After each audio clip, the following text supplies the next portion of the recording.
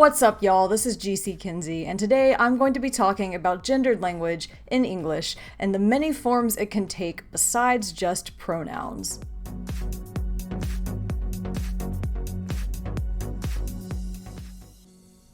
Aside from names, pronouns are widely regarded as one of the biggest ways that we can affirm someone's gender. And as the trans community gains more visibility, there are more and more discussions around pronoun etiquette, such as how to find out what pronouns someone uses, sharing pronouns in social media bios and email signatures, displaying pronouns on apparel and accessories, offering the option to indicate your pronouns on forms, increasing use of gender-neutral personal pronouns, and lots more. I have another video all about pronoun etiquette if you'd like to check that out. I also see a lot of discussions in the trans community about how lucky we are as English speakers to have a gender-neutral language. So when someone comes out as trans or non-binary, all we have to do to shift that language is change pronouns, right? It is true that English is not a grammatically gendered language, meaning that gender isn't baked into forms like nouns, adjectives, and verbs, or into supporting structures like articles. Even in our pronouns, masculine and feminine gender is only present in the third person singular. First person, second person, and all plural pronouns are gender neutral. So that does kind of set English apart from other languages that have grammatical gender, including Romance languages such as Spanish, French, and Italian, which have masculine and feminine grammatical gender. This applies to nouns, pronouns, adjectives, and articles, and non-binary speakers of these languages are coming up with workarounds to affirm their gender even within that binary structure.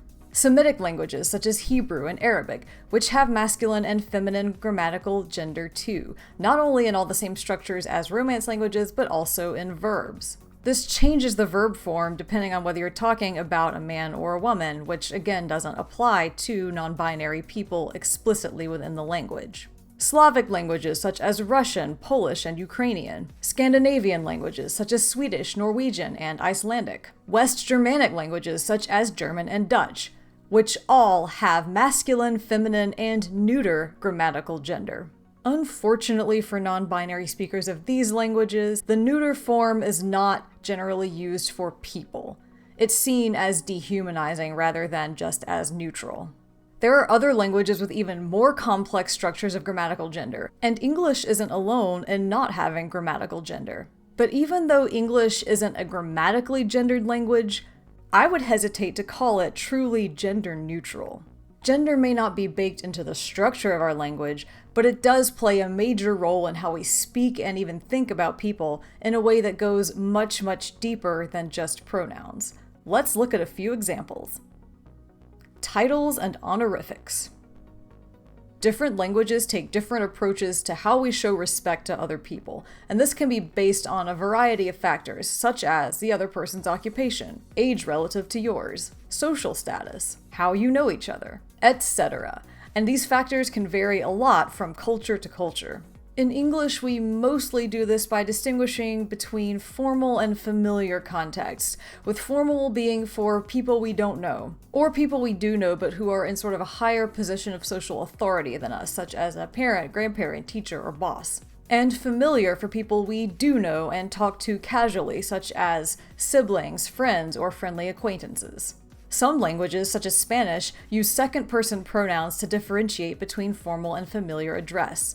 In English, we used to do this too, with the plural you for formal situations and the singular thou for familiar ones. But thou has long since fallen out of fashion, and we now just use you for everyone.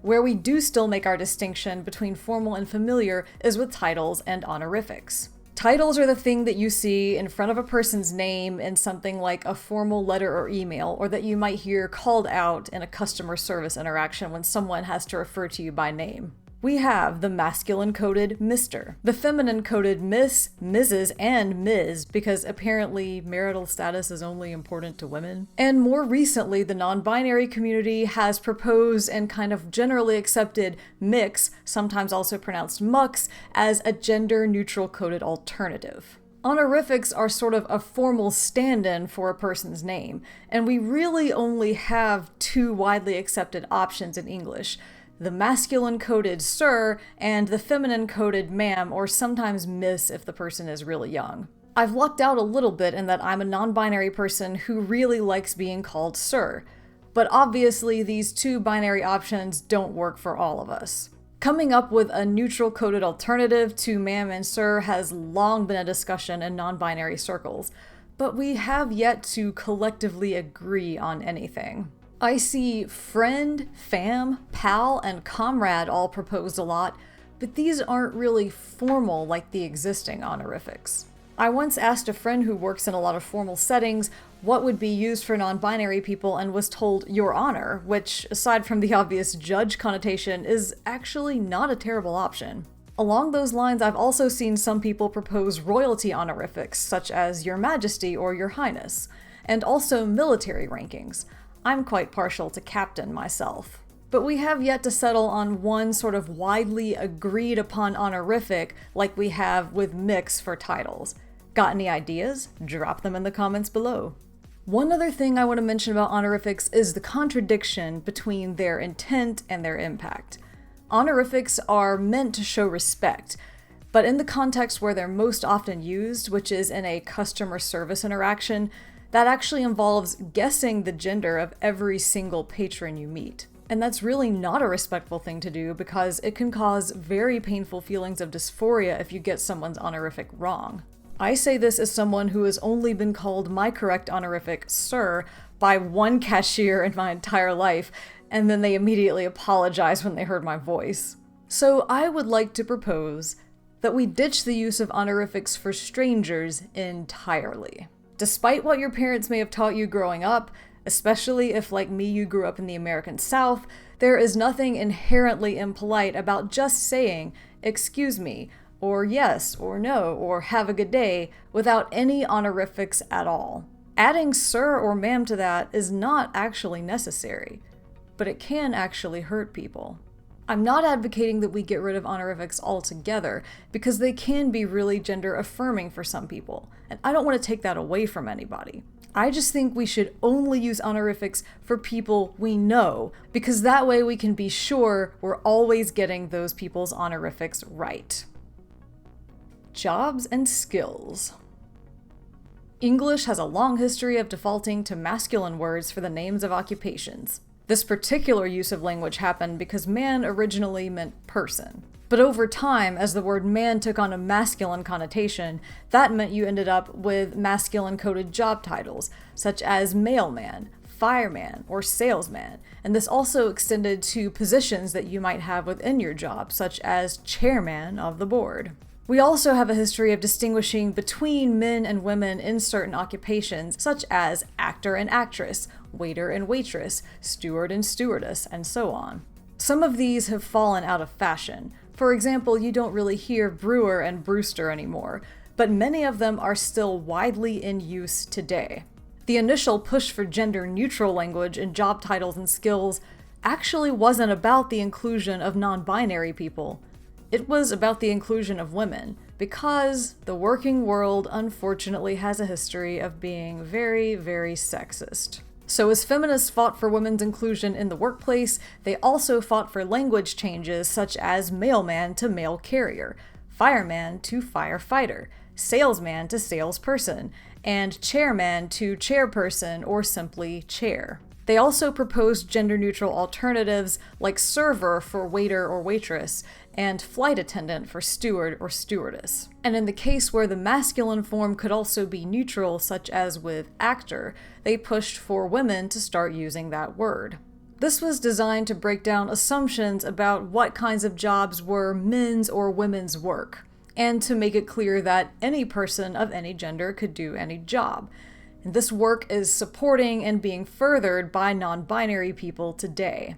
Our very existence is just one more reason why companies should use gender-neutral language when they are advertising a job opening or denoting the skill sets required for that job. And this same logic holds for any trans person, binary or non-binary. Just because someone transitions at work doesn't mean their job title should have to change, for example, from waiter to waitress. It should just be server all along. Family relationships.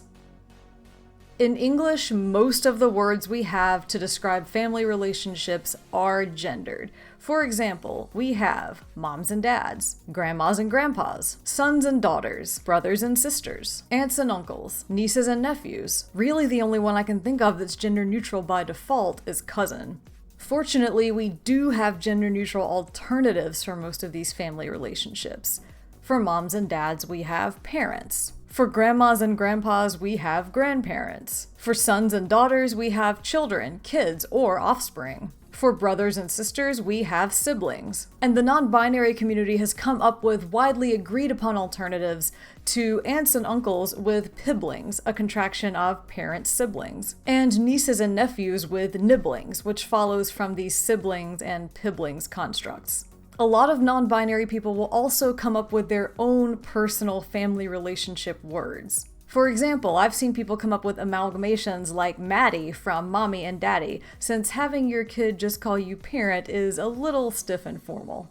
For myself, I use Chichi as a non-binary alternative to aunt or uncle, derived from the words chia and chio, which mean aunt and uncle in Portuguese, and I picked that up from some relatives who used to live in Brazil. It's also kind of a tribute to one of my favorite drag queens, the late great Chichi Devane. So really, when it comes to these family terms, you can do whatever works for you. I mean, heck, I see a lot of cis people even do this, especially when they become grandparents. There's plenty of wiggle room in English for how family members can address each other. And I think that's great because it reflects that there's no one right or wrong way to have a family. Terms of endearment. This is kind of the flip side of those titles and honorifics we talked about earlier. While those are to denote formality, these are to denote familiarity and closeness. Some examples you might use with your friends or acquaintances include dude, bro, man, boy, girl, pal, friend, fam, and many more. A lot of times these will be used as part of a greeting like, hey man, or what's up bro. They can also be used as exclamations or interjections like, dude, or girl. There are other terms of endearment that are more common for closer or deeper relationships, such as the ones you might have with your family or a significant other, and these include things like honey, darling, dear, sugar, cutie, baby, and its variants like babe or bae, sweetheart, and its variants like sweetie or sweetie pie, just to name a few. While these can be used as a greeting as well, they're most often substituted for a person's name, such as, hi sweetie, honey, I'm home, babe, can you get me my phone? Many terms of endearment are gendered, sometimes explicitly, other times in context. Something like bro or man or girl is pretty clearly gendered, but some of the more affectionate terms of endearment like honey or sweetie, it really kind of depends. Obviously, if this is a case where you're calling your partner something like that, it's not a gendered term, it just kind of takes on the gender that your partner is. But in situations where there isn't that kind of closeness between people, so think two coworkers or two acquaintances, those kinds of terms can take on a feminine connotation and also sort of a weirdly condescending one. If a cis woman calls a trans man acquaintance sweetie, for example, it can come across as feminizing and kind of infantilizing, even though that word isn't inherently feminine on its face. There are also times when people use a gendered term of endearment in a gender-neutral way, and I think the most obvious example of this is dude. It's really common for millennials and Gen Z folks to use dude for anyone of any gender, even though it is technically a masculine-coded word. However, this can backfire if you call a trans feminine person dude, who may see it as masculinizing and therefore misgendering. Another thing that happens sometimes is the use of a gender-coded term of endearment across gender lines, and I think the big obvious example of this, particularly within the queer community, is girl. Plenty of gay men and drag queens greet each other with hey girl, even if they are not in fact girls or women. This is one you'll want to be careful about using around trans masculine folks. For some of them, they may see it as a sign of being accepted as one of their fellow queer men. For others, it may make them feel misgendered. And I'd be remiss if I didn't talk about the use of casual terms of address for groups of people here as well. There's been a recent push to use more neutral and therefore more inclusive language for groups, and that goes in formal settings, so replacing ladies and gentlemen with something like everyone or honored guests, and also in more casual settings, replacing hey guys with something like hey folks or hey y'all. As a Southerner, I especially love that one. The reasoning behind replacing guys in this context is that although it is widely seen as a gender-neutral term, it does still have some masculine connotations, and if you were to, let's say, address a group of all cis men and maybe one or two trans women as hey guys, those trans women could feel misgendered by it. In that vein, I think it's also pretty wise to avoid using gendered terms with what looks like single gender groups, such as how are we doing today, gentlemen, or what can I get you ladies? Seriously, if I had a nickel for every time I've been the only non-binary person in a group of women and I have been called ladies, I could pay for my hysterectomy right now. All the people in that group may look like they're the same gender, but gender identity and gender expression are different things, so that may not actually be the case. When it comes to respecting people's gender through these terms of endearment or casual forms of address, I think the key is just knowing your audience, especially when it comes to those gray area words like honey or sweetie or dude or girl or hey guys. Just be sensitive to the fact that even if you're using the word in a gender-neutral way, the person you're using it for might not see it that way, and it might make them feel dysphoric. So just respect what words people want to be called. And if you're in a situation where you don't know, like you're dealing with strangers, just stick to neutral language until you find out. Gender-coded adjectives. This is probably the most nebulous category of the bunch, which is why I saved it for last. And it's kind of tangential to the points I made about terms of endearment, which often aren't inherently gendered but do carry a gendered connotation. English is full of adjectives that behave the same way. One place where you'll see this a lot is with adjectives that describe someone's appearance. Words like beautiful, pretty, or gorgeous are often used to describe a good-looking woman, whereas words like handsome or dapper are more typically used to describe a good-looking man. None of these words are inherently gendered, and technically they can be used for anyone. But the connotation of how these words are often used is so strong that they come across as gendered anyway. If we call a man beautiful or a woman handsome, will either of them be offended? Well, that depends on a lot of things, like the culture they were raised in and how secure they are in their own masculinity or femininity. And when you're dealing with a trans man and a trans woman, you might get different answers than you would for a cis man or a cis woman. And what about non-binary people? That depends too. Because these adjectives are gender neutral, a non-binary person might be fine with any of them. Or if that person feels really strong dysphoria about their assigned gender at birth, and that word has a connotation toward that assigned gender, then it might trigger that non-binary person's dysphoria. Fortunately, English also has a lot of other adjectives that are truly gender neutral for describing appearance, such as stunning, incredible, amazing, fabulous, hot, sexy. And hey, if you really want to keep it simple, you can just call someone good looking. Unfortunately, gendered connotations don't just sneak into our adjectives about appearance, but also about personality. And this is where you can really see how things like sexism and misogyny and homophobia and transphobia are deeply rooted in our society. It's generally more common to hear adjectives associated with strength, power, dominance, and physicality associated with men, and adjectives associated with weakness, delicacy, submissiveness, emotionality associated with women. As with most things, these gendered connotations leave out non-binary people entirely, but that's okay, you really don't want to know how people describe us. Calling a woman dainty, poised, or elegant is usually seen as a compliment, because that's the way women are supposed to be. But if you call a man that, it's usually because you're trying to insult him, and a lot of times it's going to work. Because even though those words have nothing to do with gender at all, they're somehow emasculating when they're used to describe men. On the flip side, a lot of the strong qualities we view as positives in men are framed as negatives in women, and we see this firsthand with the adjectives people use to describe those qualities. A man who stands up for himself might be described as assertive, whereas a woman who does the same thing might be called bossy or overbearing. It's a double-edged sword for women who are told they need to be strong and independent and equal to men, but then they're shamed for it when they try to show that strength. So how do some of these adjectives affect trans people?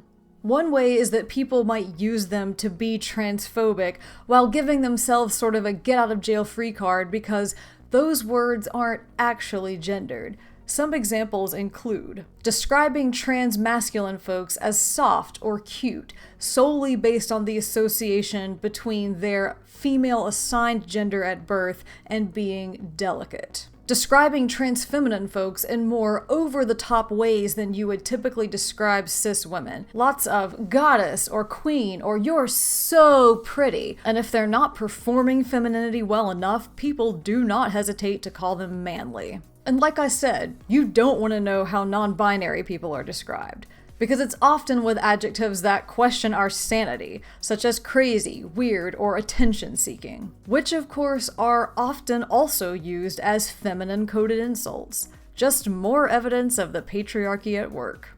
I think the solution to being gender-affirming with our adjectives is twofold. First and foremost, it helps to find out what the trans and non-binary people in your life do and don't want to be called, just like with any of the other terms we've talked about. Even though all of these adjectives are gender neutral by default, the gendered connotations they take on can make someone feel dysphoric, so it's just a good idea to be mindful of that. Second, I think we need to make a concerted effort around breaking down the stereotypes and the prejudices and the systemic inequalities around gender that have led to these adjectives having a gendered connotation in the first place.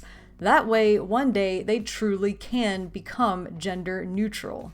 I personally would love to live in a world where anyone of any gender can be called beautiful and not feel dysphoric or emasculated or insulted by it in any way. Putting it all together. As you can see, English is full of gendered language, even if it isn't baked into the structure of our grammar. Once you realize this, it might seem kind of intimidating to come out as trans, or to know how to talk to your trans friends and loved ones. But it doesn't have to be.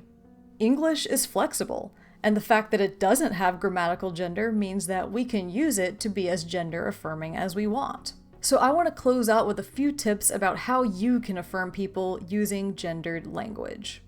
1. Don't get overwhelmed. If you've been watching this video and now you're thinking, oh my gosh, it was hard enough to think about changing pronouns for someone, and now I've got to think about all this other stuff too, it's okay. Most of the time, you'll only need to worry about pronouns and maybe titles or honorifics for the majority of trans and non-binary people that you meet. It's only for the people closest to you, the people in your inner circle. So your family, your friends, your loved ones, maybe coworkers you see every day, where you'll really have to think about the other forms of gendered language outside of pronouns. And that should be a small enough circle of people that it's manageable. 2. Remember that gendered language isn't always consistent. One of the things that inspired me to make this video was this chart. It's designed to help you communicate what gendered language works best for you beyond just pronouns. I took a stab at filling this out when I first saw it, and as you can tell, I realized I had to add even more things than what was already on it. And my answers perfectly illustrate what I mean when I say gendered language isn't consistent. I'm non-binary, which most people would assume means I want to use gender-neutral language for everything. But as you can clearly see here, that's not the case. I like mostly masculine language, but also some feminine and neutral terms. Basically, what this boils down to is that one kind of gendered language doesn't necessarily inform all the rest.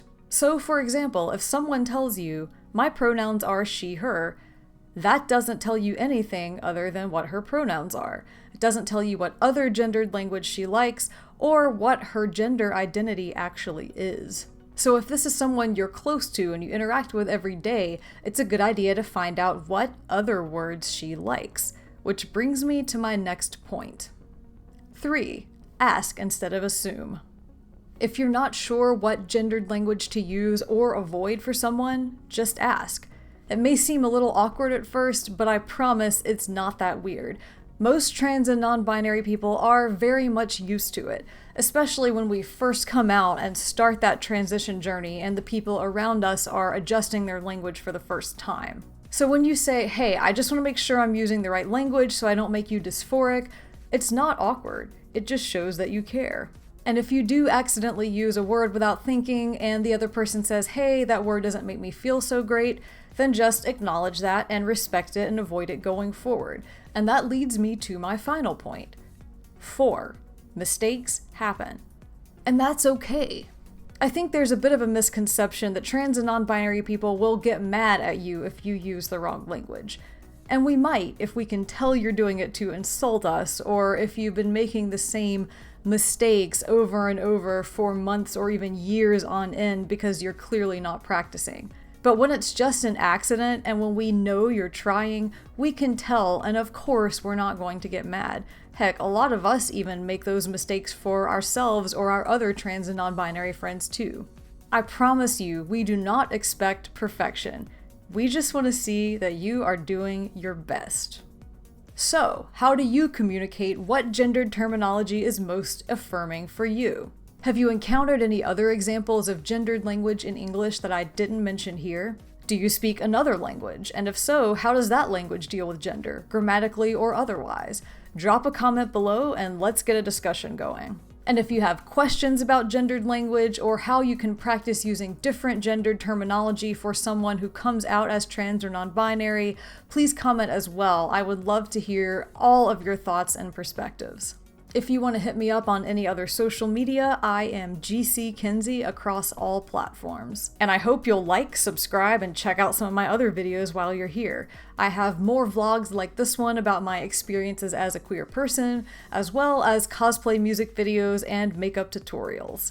Thank you so much for watching. I hope you enjoyed this video. I hope you learned something new, and I will see you on the next one.